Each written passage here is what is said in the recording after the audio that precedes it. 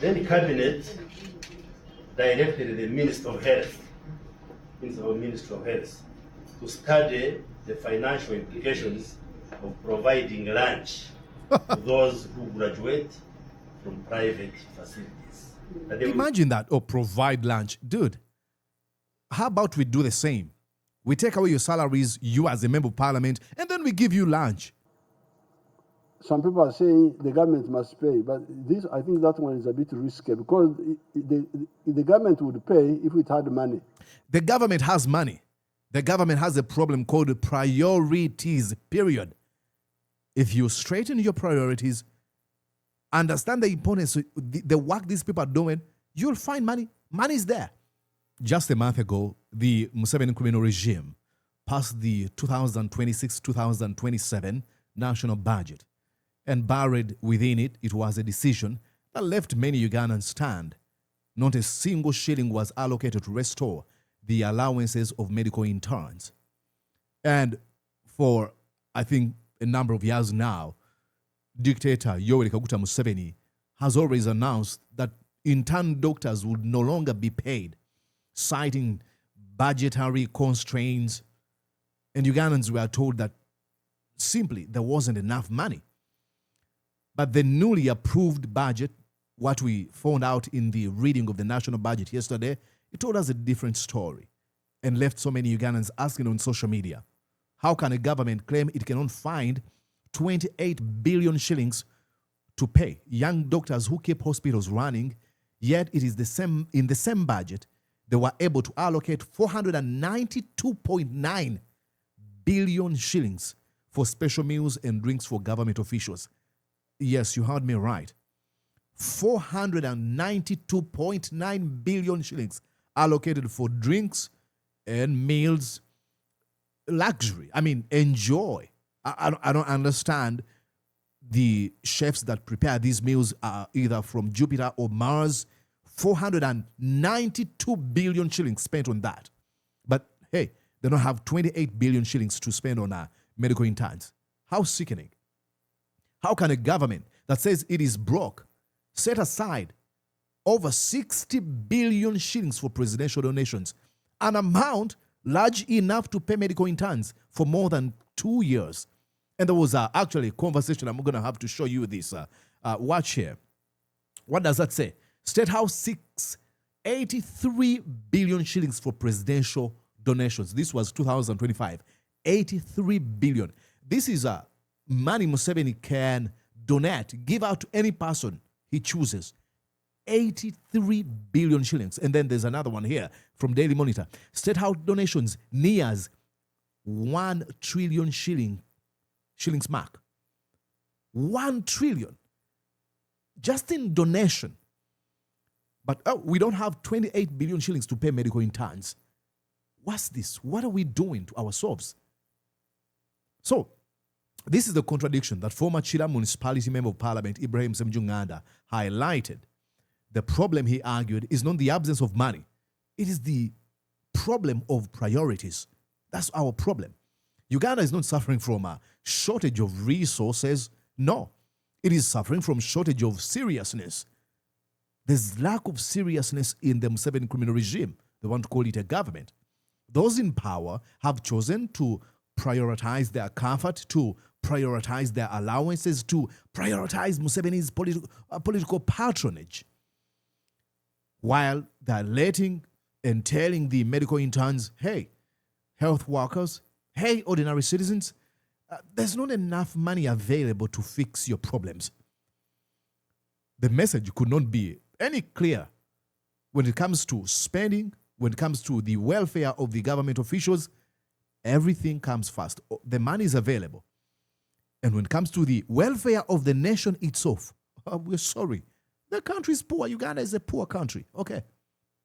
And that is why the debate on social media over the intern doctors, many people have pointed out that it is actually bigger than the 28 billion shillings that has been discussed. It is a debate about what kind of a country Uganda has become. A country where lavish spending on political class is protected. A country where president gives out money. He says, oh, I'm going to give the social media or content creators 5 billion shillings. While investments in healthcare are treated as optional, we even have that conversation. The budget, the one that was presented to the country a month ago, is often described as a statement of priorities. And if that statement is true, these are our priorities in this budget, then the Ugandan budget revealed exactly where the priorities of the Museveni criminal regime is. It's not the Ugandan people. It is Museveni and his accomplices and stooges. Welcome to Mordecai Murisa Live. You're watching Mordecai Murisa Live political commentary. Please consider subscribing to help grow Uganda's Voices of Struggle ecosystem. Thank you. I cannot appreciate you enough for using your valuable time to always go on social media, break down things for people.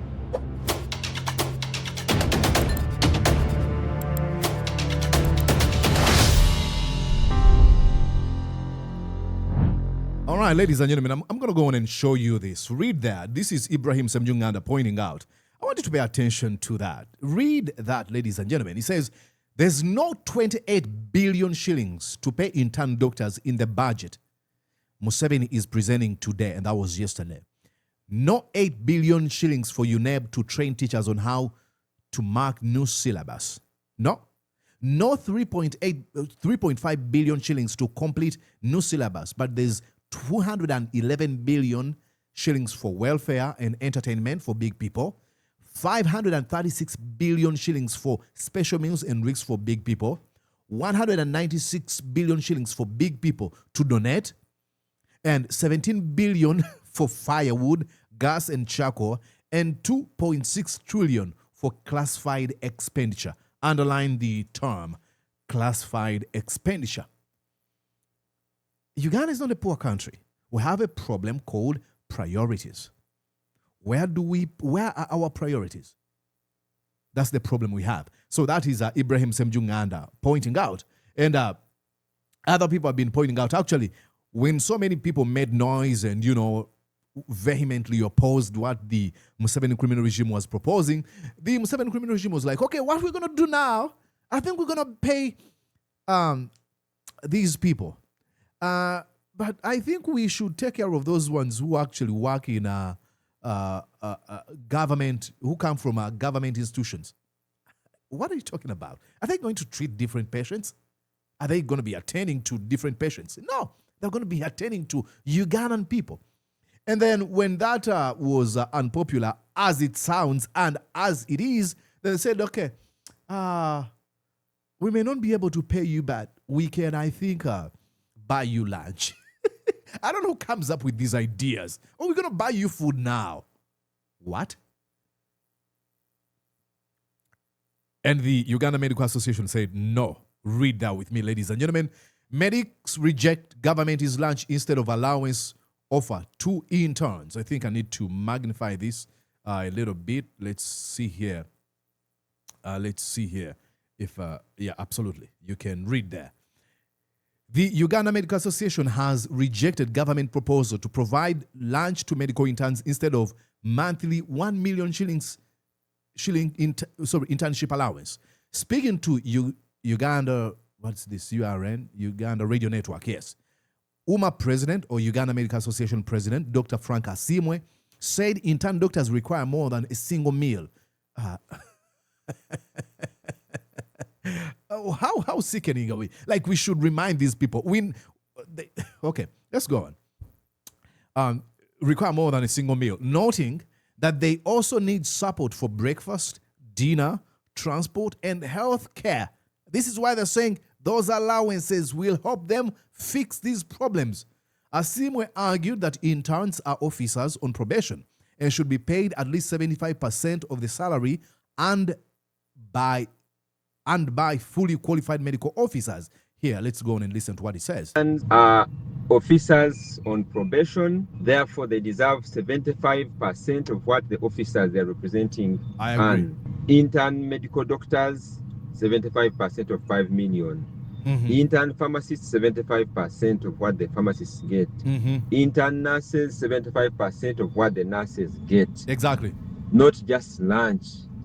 And all interns, all medical interns, whether you are trained by government or you are trained by your father or you sold your land or you sold your soul, for as long as you are treating Ugandans in Uganda, you deserve to be supported by government, not just lunch. If you pay my lunch or you give me katogo at work or you tell me to eat patients' food, which is what they tell us to do in Mulago, all medical interns deserve to be paid.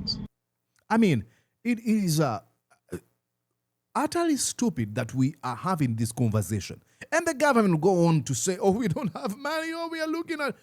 We're talking about a government that usually summons, I'll call it summoning, over musicians or music promoters to Gulu. And they award them billions of shillings. This is not lack of resources or lack of money. Absolutely not. Don't allow them to fool you. Okay. Someone actually pointed out here. Let me show you. Oh my God. Special meals. Watch here. Jeez. Okay. Government officials, special meals and drinks versus 20 referral hospitals budget for financial year 2025-2026. So special meals, the government special meals cost 492 billion shillings. And then 20 referral hospitals minus Mulago National Referral Hospital. The budget was 325 billion shillings, 383. Now, here's the thing. To put this into context, try to understand this. When they say a referral hospital, they're referring to a hospital where the Mordecai Morisa pharmacy in Chegegwa has failed. There's another healthy center, 10, in Kapiarabong has failed. When all those hospitals fail, they refer you to a hospital where they think, okay, we have failed, but these ones can actually treat you. They can provide services we cannot. And guess what the Museveni regime is doing? They have 325 billion shillings to go to those referral hospitals, minus Mulago. But then the meals and drinks of government officials is 492. Ladies and gentlemen, what are we doing here? What are we doing here? Look at that. That tells you everything about the Museveni criminal regime. They've never cared about the Ugandan people. How do you explain that? How do you explain that? You tell me. I don't know how you do that. Okay. And then more on the context on what's going on. I think somebody posted here something on the internet.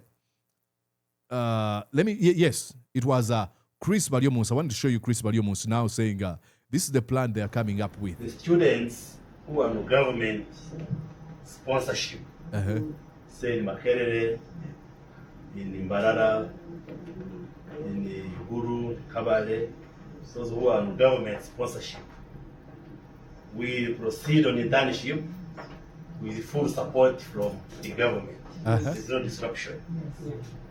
They continue. What I saw on social media, they are planning to strike. How do you plan to strike before you have gotten information? Yeah, because we don't need your permission to strike. Okay? We strike or we demonstrate against even a semblance of an idea to strip us of our allowances. Then the cabinet directed the Minister of Health to study the financial implications of providing lunch to those who graduate from private facilities. Imagine that. Oh, provide lunch. Dude, how about we do the same? We take away your salaries, you as a member of parliament, and then we give you lunch.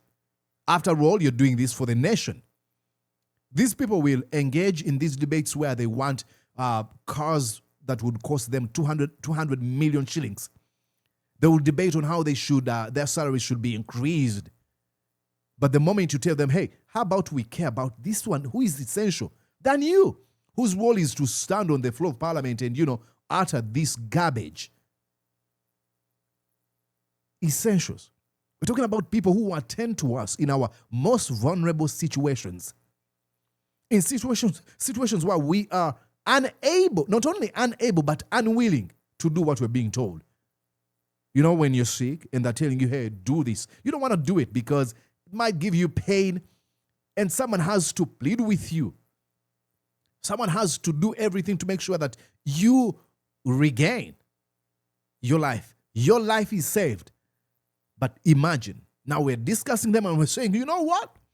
I think a senior 6 dropout in parliament should get a car worth 200 million shillings. And then we should pay them $10,000 every month. But when it comes to those people, there's a conversation to be had. Pay for themselves, but the government can provide lunch to enable them work.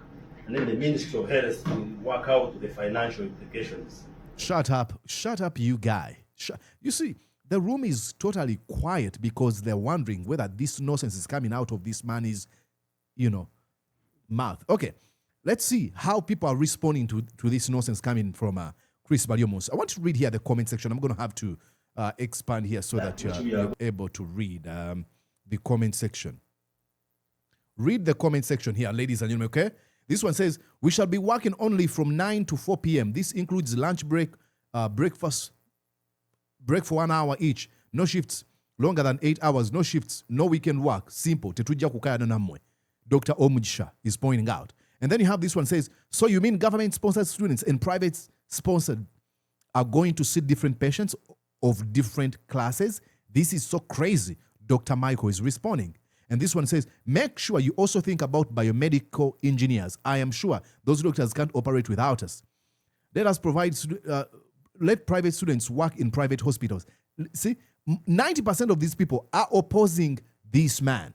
But the government has decided to choose deafness.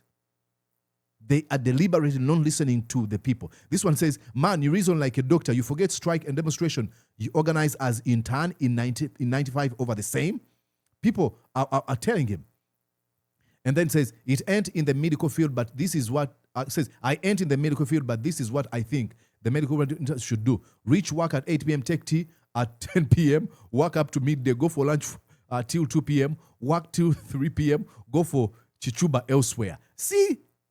And if some people, if this is how our medical interns are going to work, then do you think the priorities are going to be, oh my God, these notifications, sorry. Do you think the priorities are going to be the patients? Absolutely not. They're going to be going for chichuba. I cannot understand. You were Sebo, would you work just for lunch if you are the one according to the work they do in internship? So sad that the one saying this was once in the same boat. This is betrayal. Then you have everyone assuming our problem is lunch. Let's negotiate further. Let those who are going to be receiving lunch only also stop their services at lunch, such that after lunchtime, they go hustle somewhere to look for supper and probably breakfast too. Then these ones receiving more than lunch continue from where the lunch guys will stop. See, the debate is going. You have a government that doesn't think, that doesn't put any form of critical thinking in decision making. You end up with a man who has completely betrayed a field. Like someone has pointed out, he did the same. He led the strike in 95. But now, no, we don't have money. That's why I think it was Museveni. Let's go here. Museveni. Listen to what Museveni said. But the question now is, who pays for the internship?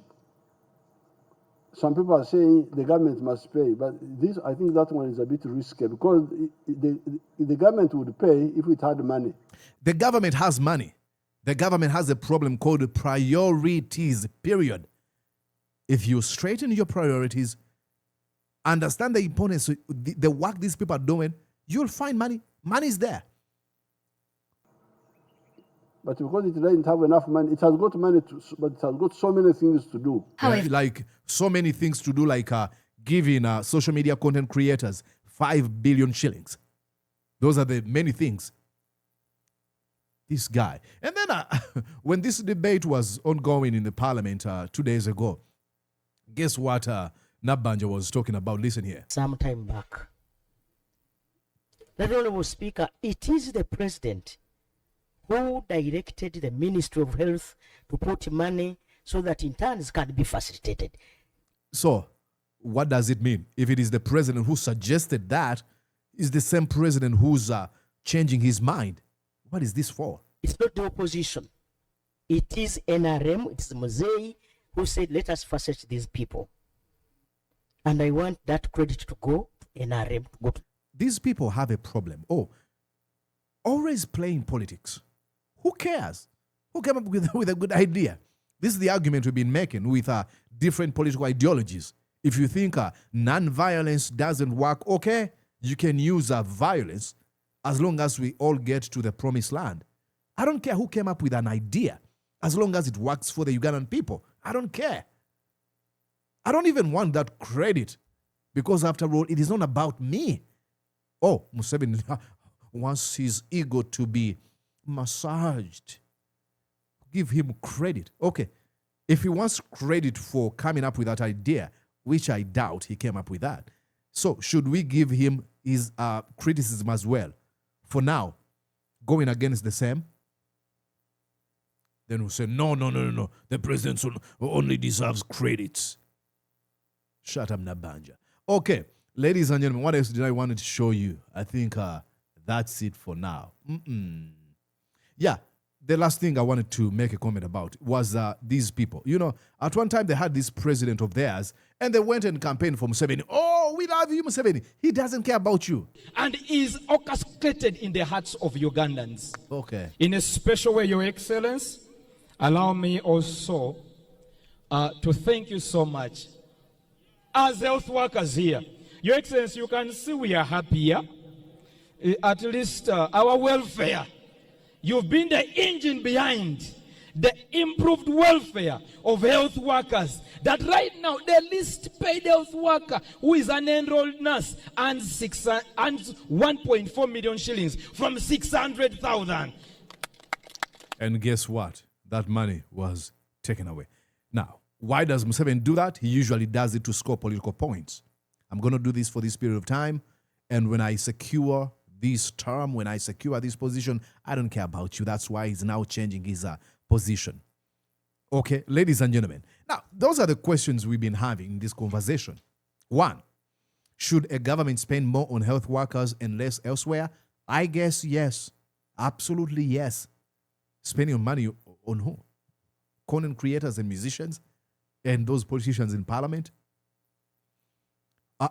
Are medical interns providing enough value that they should be paid before some of other expenditures? Yes. Like I said, they attend to us in our most vulnerable situation when we are not only unwilling but unable to help ourselves. So I think they deserve to be prioritized. Number three, what are the consequences for hospitals and patients and patient care if interns are not compensated? Well, that is left to be seen. But you can imagine what it's going to be.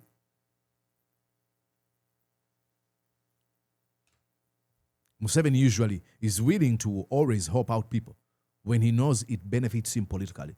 Now that he's rigged an election and is comfortable, doesn't believe that, he's going to be ousted or there's going to be any challenge to his dictatorship, he's like, I don't care now. Sad. You let me know what you think. This is wrong as they come, and it's very sad. My name is Mordecai Murisa. Please stick around, like, share, subscribe, and write in the comment section what you think about this. Bye-bye. Did you enjoy what you just watched? I'm sure they did. I'm going to guess that you did. How about you consider subscribing to Mordecai Marissa Live YouTube channel? Thank you.